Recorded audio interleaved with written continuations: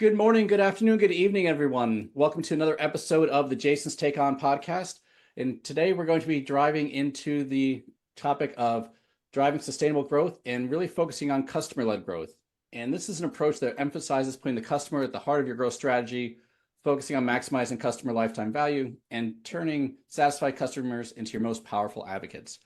And today, Jason and I are really excited to have with us our guest, Edward Chiu, who is the co-CEO of Totango plus Catalyst. And Edward's journey in CS began with building customer success organizations from scratch at DigitalOcean. And then you probably know him. He's very famous in the community. He later co-founded Catalyst, where he spearheaded the creation of a customer growth platform. And now he is co-CEO of Totango plus Catalyst, and he's at the forefront of helping businesses protect and grow revenue by ensuring that customer experience and recurring value throughout their entire post-sales lifecycle. A lot to get out there. So Edward, thank you so much for joining us today. And so please go ahead and say hello to everyone and go ahead and introduce yourself for anything I missed. Yeah, thank you for that wonderful intro. I don't think I could repeat that intro for myself. So I'll try to keep it short and sweet.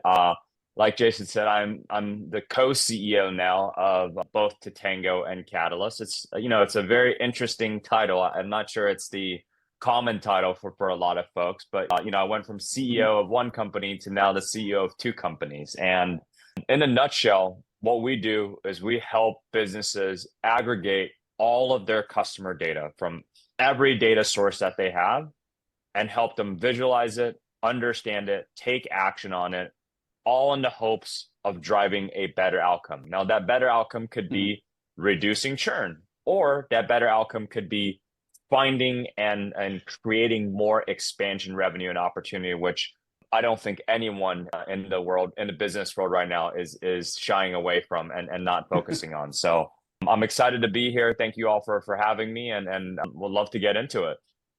Awesome. Well, thank you so much. We're excited to have you here. And I realized I forgot to let my co-host Jason Noble over in the UK introduce himself. So Jason, go ahead and say hello and just kick us off with the start of our conversation. Hey, I thought you'd forgot about me, Jason. Hello, everyone.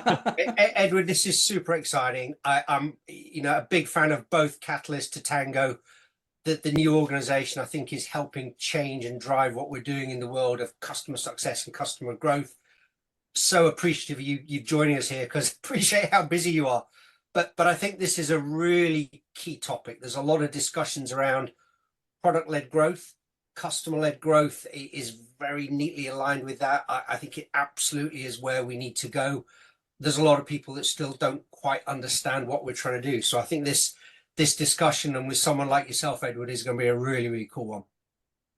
Yeah, I'm excited, and I think this market right now is very interesting, right? Like, you have the entire stock market being propped up by one stock in NVIDIA, and they just had record earnings, record revenue, and their stock is still down. So this market is in a very interesting intersection in which it feels like at any point in time it can go in either direction, and that's never a good feeling. I think generally you get a very good sentiment on how the market is going to go. And I think, to your point, Jason, that's where the conversations of product-led growth, customer-led growth, knowing how to create a stronger connection and adoption with your customer base is critical for a lot of businesses. But most businesses don't know where to start. They don't know how to even begin. And a lot of, I hate to use this term, but legacy go-to-market leaders in the field, they're so used to the market being on the upward trend, especially if that was the entrance of your career in the past decade.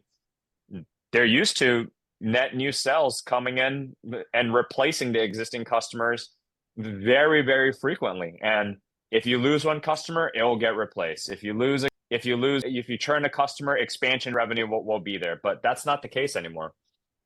Absolutely. So let's actually start at the beginning, because I think there's some of our listeners out there who don't necessarily know what we mean by customer-led growth. So what is your definition, or what are you seeing in the market, and why is it essential for modern businesses? Yeah, I think there's a lot of businesses where you have found great product market fit. Whatever you're selling is just, coming off the shelf like no problem. Your account executives are out there. They're not even selling. This is a short sales cycle. They're kind of just doing a quick demo and they're engaging or they're managing the contract. It's such an easy sell. Those businesses are very, very lucky. And I'm not sure there's a lot of them in this market, but back in the day, there's a ton of software. And I think I speak for all listeners in this podcast. I am confident that at some point in the past 12 months or in the past 24 months or in the next 12 months, your CFO has told all the leaders and said, guys, we have to trim our software cost. It's the first line item for CFOs and finance executives to trim costs, because the next one is layoffs or human capital costs. Yep. So at that point in time, we're now in a world where it doesn't matter if you found product market fit. You have to really define whether your software brings ROI. And that is a new world order that we live in. So now we're talking about longer sales cycle. We're talking about where due diligence, it's no longer just the users or the decision makers of the tool. You have now counterpart stakeholders. Maybe the product and marketing org has to be involved in the tooling decision so that everybody is bought in. Now a tool needs to serve more than just one department. It needs to serve all departments. It needs to be a uniform tool. Now finance is getting involved in the procurement process. I've heard this from a lot of revenue leaders I speak with.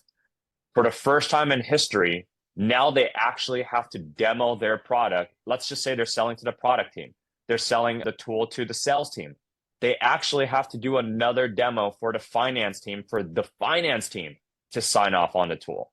This is a crazy world we live in where everything now is viewed in a very, very tiny microscope before anything gets purchased. So this is where customer-led growth comes in, which is the pressure has always been on account executives, VPs of sales to drive new top-line revenue growth.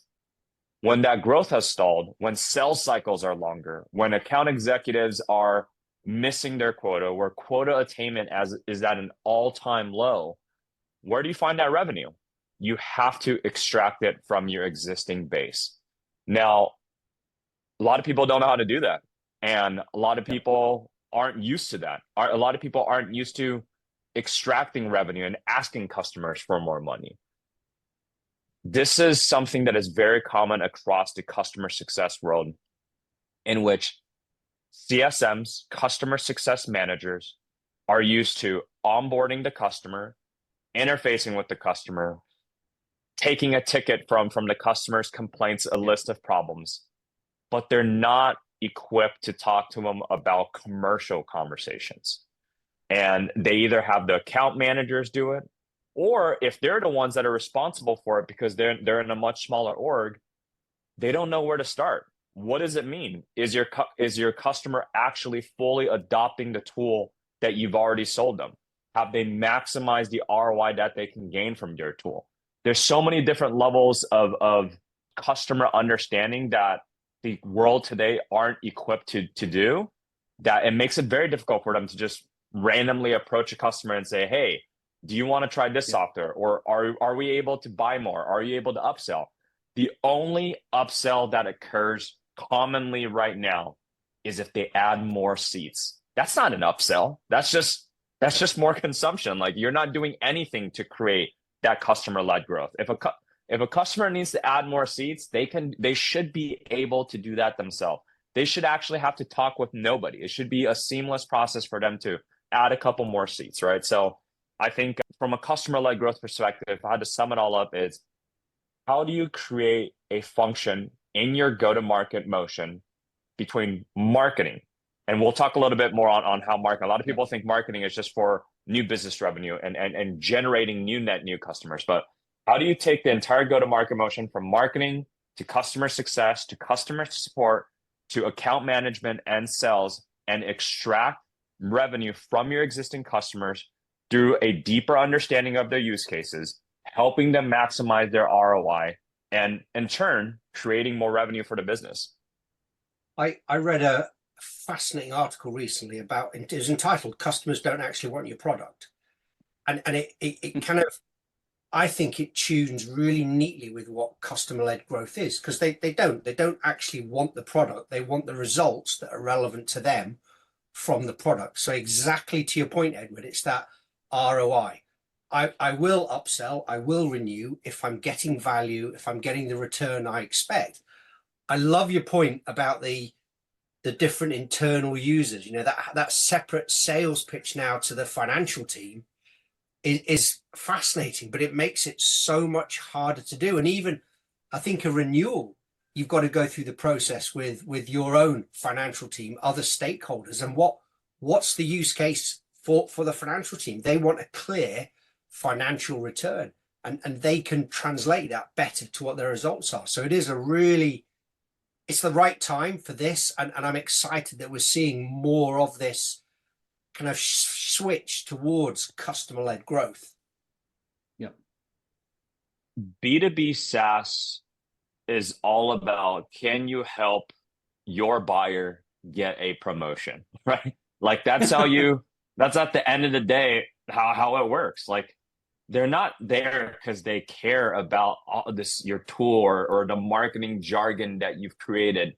They want to know, is it going to deliver me business ROI in which I, as the VP of sales or the VP of marketing or VP of CS or VP of product, whatever your end user's persona is, can I go to the next leadership meeting with my CEO and CFO and talk about, with very clear data, the ROI that your tool is bringing for the business? Will my CEO be able to take the data points or the reporting views of your tool and bring it to the next board meeting and highlight my organization? That's all the B2B SaaS tool is. And right now, for the first time ever, all the tools that that have been purchased, you have to resell it. That is a very, very weird world that we live in. Like we have customers, and look, I'm not here on this podcast to say everyone loves Catalyst and Tatango and we're not having to do any reselling. We have customers in which they've been 3-year-old customers, like very long, happy customers, in which we've had champion stakeholder turnovers. We've had layoffs at the organizations. We've had a publicly traded company on our platform where their stock tanked over 50%. And now we're being asked to, hey, we need you guys to come in here, and we have a new stakeholder involved. We have a new revenue leader we've hired. We have a new controller that just joined the organization, and we need you guys to repitch Catalyst. And the thinking is, well, guys, you guys have been a customer of ours for 3 years now. We meet with you guys regularly, and we actually know how to do customer success. So it's not like we're just meeting with you guys every quarter for the quote unquote quarterly business review. Why are you making us resell and kind of repitch Catalyst? Well, that's the reality of the world. You're gonna get new champions. You're gonna get new stakeholders. So driving customer-led growth is, how do you constantly create an ROI analysis? How do you constantly stay in the minds of your buyers of like, hey, this is where we are valuable. This is how we help bottom line. This is where you go to your executive team and your board, and everybody has to come up with that pitch right now. So customer-led growth is such a big term, but right now, the very core of what every B2B SaaS company has to be able to do is translate at a dollar and cents level, what is the ROI that they bring to the business? Yep. So I love what you're saying there. And I'm curious, in your experience or exposure, we talked some of the challenges are people are not, say, driving adoption enough, or they're not, they're doing onboarding, but not really focused beyond that other than like the routine QBRs. What do you see as the gaps that are happening here in the industry that need to be filled? That, for 10 years, I've been hearing customer success, we're doing all these great things. But then the other thing related to that I'm wondering is, as part of this, is it now up to CS leaders or account managers to have a relationship, not just with their executive sponsor on their side, but also the CEO or the CFO on the customer side as well, too, to really keep that ongoing, recognition of by the finance folks of the value that you're delivering? Yeah. A lot of traditional CS organizations or even revenue organizations depend on this term sentiment. And that is so dangerous. It's like my last call with I'm the VP of revenue, or I'm the CRO, and I'm talking with a CS leader, or I'm talking with the CSM, and I ask about one of our top 10 accounts. And a lot of times it's, you know what, in our last meeting, the CS leader was very happy with us, had great things to say. Our interactions lately have been pretty smooth, not a lot of support tickets. And then a couple months later, they find out that they're at risk of churn. Why is that?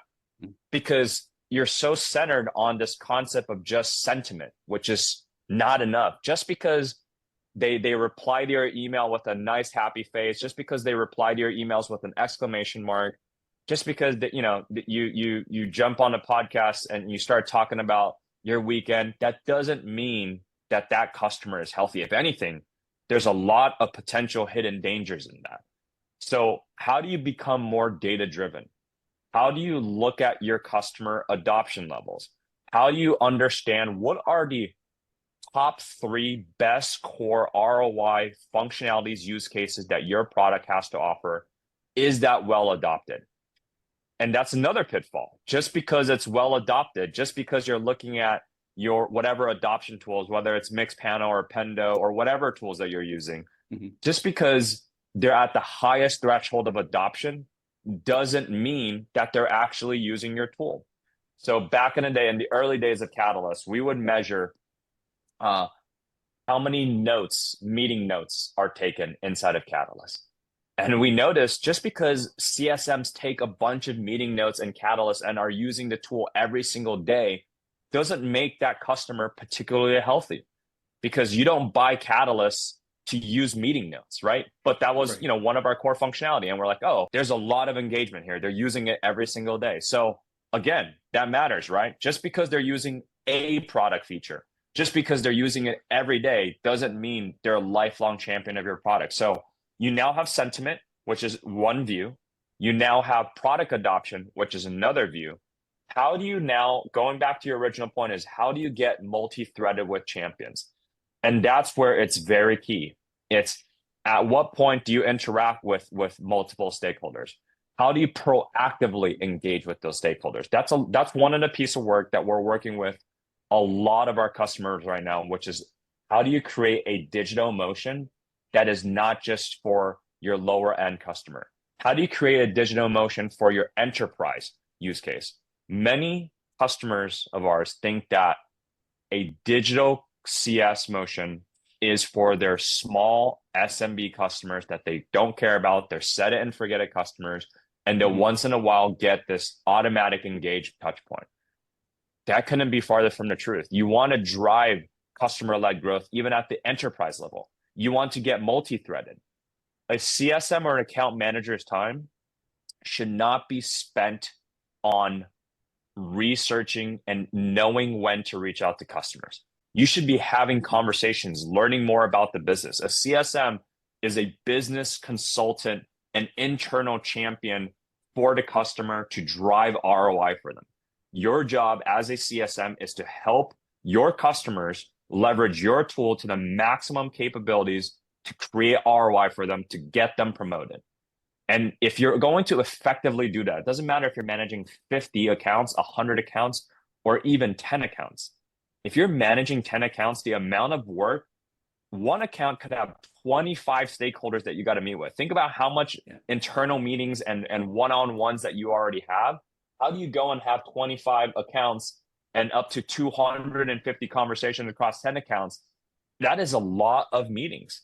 So how do we help you get multi-threaded? So the idea of creating automatic touch points that looks at sentiment, that looks at product adoption, that looks at different attributes of your customer lifecycle, and knowing how to proactively reach out to those customers, that's where tooling really, really helps. And those are some of the things that we help our customers think about right now. Why do you think, I mean, I think we're all aligned and agreed that this is the right way to do it. And it's critical to make that shift. Why do you think it's still a challenge for businesses? What are some of the key problems and challenges that businesses have in really understanding the shift they need to make? Is it timing? Is it an evolution that's happening, or are there some fundamental pivots and changes needed? That's an amazing question, and honestly, it's been asked so many times, and the answer from our side is still the same. Is that they try to make it too complicated. Revenue leaders try to be too perfect in the way that they look at their org. They want everything to be neatly organized. So we, I recently had this conversation with a revenue leader, and we're in there, we're demoing Catalyst, and they love the tool, but the feedback that they gave is, we have so much work to do internally over the next 8 to 12 months that we're not ready for a tool like Catalyst. And that's okay. If you're not ready for a tool like Catalyst, not a problem. But when you say, I have 8 to 12 months more to go before I can understand my customer lifecycle, I have 8 to 12 months more to go before I know which accounts are the ones I have upsell opportunities for. What company has 8 to 12 months right now to figure all that out? Think about how much is going to change. In the United States, we're going to have an election in that timeline. We're going to have a brand new president. We're going to have, so many changes to the economy. AI is probably going to be on version 5.0 by that time. How can you possibly wait 8 to 12 months? And their 8 to 12 months includes, hey, let me go clean up my data. God, that is the nightmare statement that anyone on our side wants to hear is, you have a data cleanup project. Data cleanup project is a never-ending project. You will be cleaning up. The companies with the most cleanest data are still cleaning up their data. That is a never-ending project. So to go on an 8 to 12-month project of cleaning up your Salesforce, understanding your use cases, building a customer health score with your team, none of that should take 8 to 12 months. So I think the number one pitfalls for a lot of businesses is they try to be perfect. They want everything to be done before they're ready. And you don't need tooling, right? You don't need a tool like Catalyst to be able to understand, hey, of the 500 customers that we have right now, these are the 100 best customers that leverage our tool, that is our exact ICP, that is the people that we want to sell to, that understands the ROI analysis and having us go and drive expansion revenue. You don't need a tool like Catalyst to go and have those conversations off the bat and do a lot of these things manually. But I think a lot of times there's just not enough hands and enough hours in the day to be able to drive towards those ROI. So you end up stuck. You have this 8 to 12 month long backlog of work, but then your CSMs are having 40 and 50 hours a week of customer conversations. Who's doing the work, right? So I think that's one of the biggest pitfalls that we're seeing right now in the market. Yeah, I recently encountered a similar situation. I had one of our consulting customers, had worked with them early to do a CS strategy, and then they brought me in as an interim role to fill in when their executive had to leave suddenly. And they same thing. Even having had a strategy for a year to execute on it, they weren't getting very far, and it took us 3 months to clean up the data and put the processes in place to clean up HubSpot and get it moving.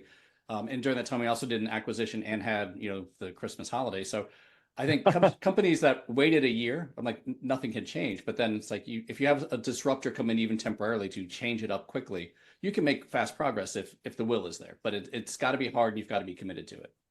100%. And the data does not need to be perfect, right? Like data molds and changes. The way that you look at your customer cohorts may change quarter over quarter. So just diving right in and being able to do it quickly, you're gonna get meaningful differences and change. And I think another thing, you guys just got me think of another problem that we see is executives, for whatever reason, don't view this as a priority until it's too late. They don't view customer-led growth and driving expansion revenue until they desperately need it. And when you desperately need it at that point in time, that means you're way behind in the processes it takes to drive customer-led growth. So this goes back to a lot of businesses are so focused. They only celebrate in Slack the big logo that the AE just landed, but they don't celebrate that 20 to 30K expansion revenue growth that was brought on by by the CS organization. They don't celebrate a customer support member finding a customer opportunity and when that becoming a much larger deal. And when you have you don't have the processes in place to drive customer-led growth. So I think that's another challenge that we see right now is like, for whatever reason, business leaders in this day and age are still having to convince their leaders why it's important to invest into capabilities to better understand your customers quickly, the ability to automatically engage customers in bulk so that your CSMs can have more conversations. One of the things that revenue leaders ask all the time is, what is the ROI and value for us to creating a digital motion for the enterprise? Well, the value is, instead of your CSM spending countless hours writing emails, drafting emails, knowing when is the right moment to send an email. Think about this. Let's say your CSM knows exactly when is the right moment to send a email to the customer to ask them about this new product line, to pitch them this new product line to drive upsell. It still takes them 20 to 30 minutes to log in to whatever internal tool that you have, analyze the account, making sure that it's actually the right adoption, craft a customized email. It will probably take them another 20 minutes and press send. The amount of an hour or two that they've invested in one customer, that entire motion can be fully automated without them having to know. And imagine when they're right about to hit send, they get a Slack message from another CSM that says, oh my God, something is on fire with this customer. I need your hand. And they forget to send that. Timing is everything when it comes to engaging with customers. Things pile up. You shouldn't depend on humans to be able to deliver a customer outreach at the right moment. So that is the ROI. We can automate and consistently give you more at-bats, more touch points. Customer-led growth is very much a contact sport, just like it is in sales. Like if you are an SDR, the more accounts that you touch, the more accounts that you reach, the more likelihood that you're going to land a person that wants to speak with you.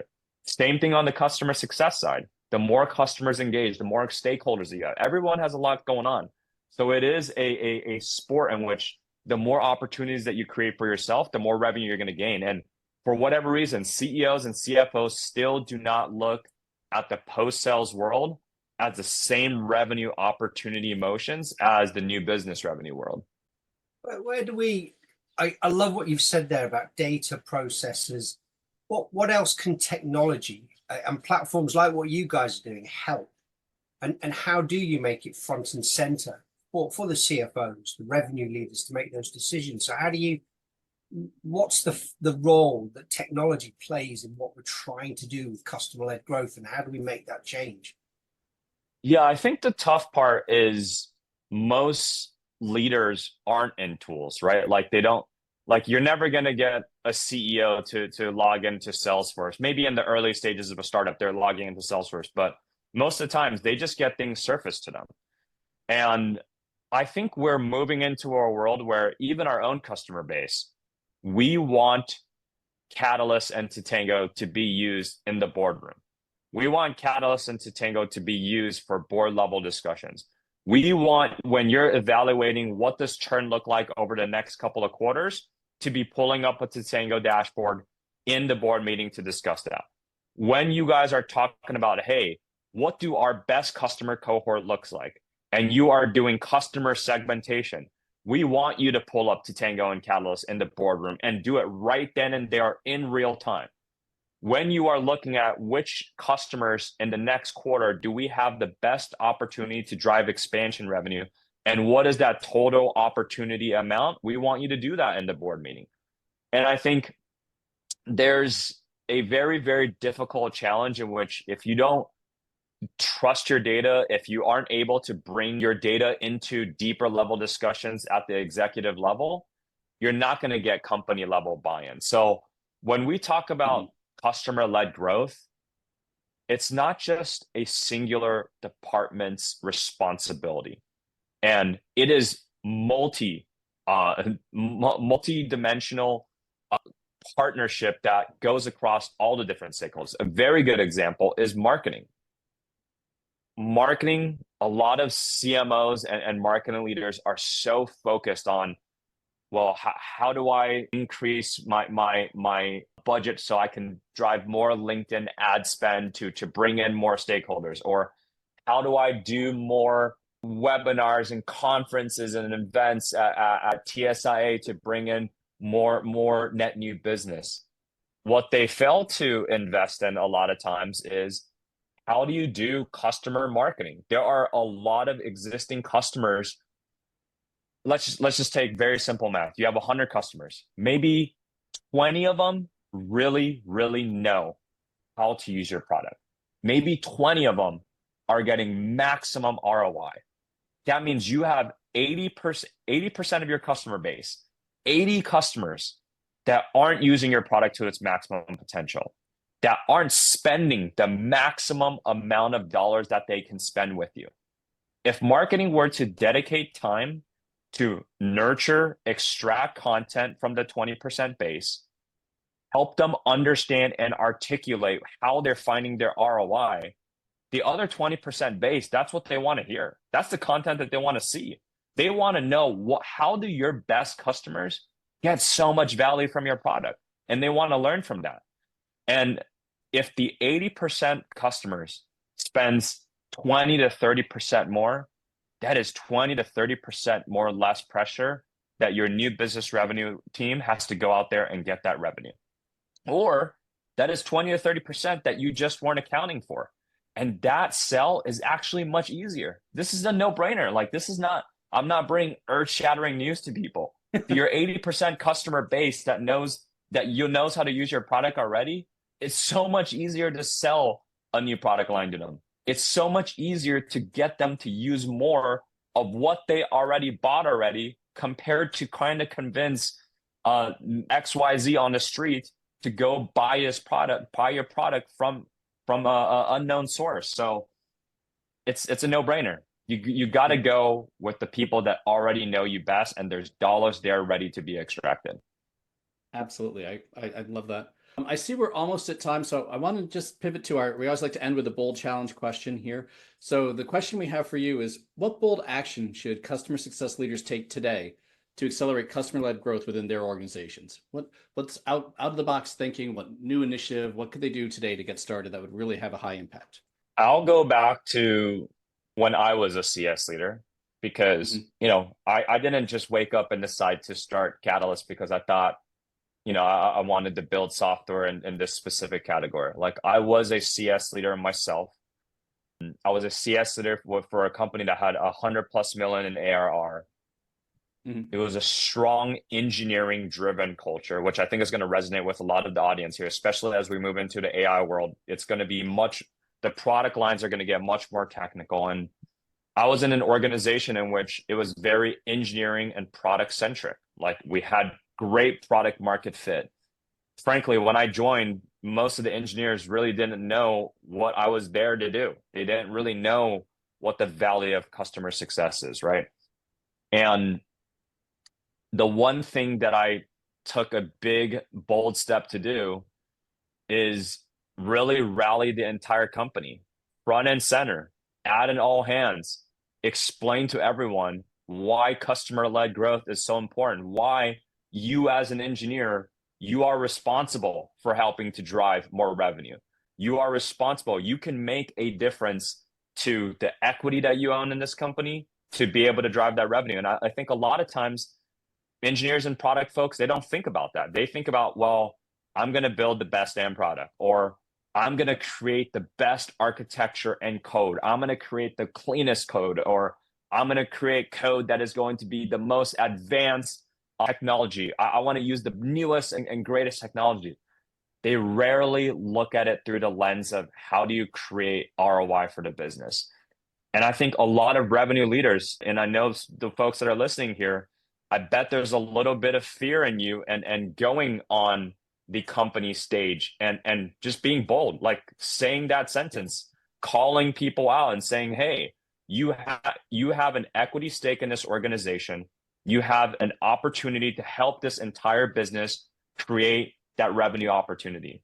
And I think coming up with a simple model for the business to be able to see that, is going to be, some engineers are they need to see data, they need to see numbers, but they need to hear from you that there is an opportunity to do that. So I know that sounds so simple, but truthfully, I speak with so many revenue leaders every single month, and there's always this air of, I don't want to bother product, or I don't want to bother engineering.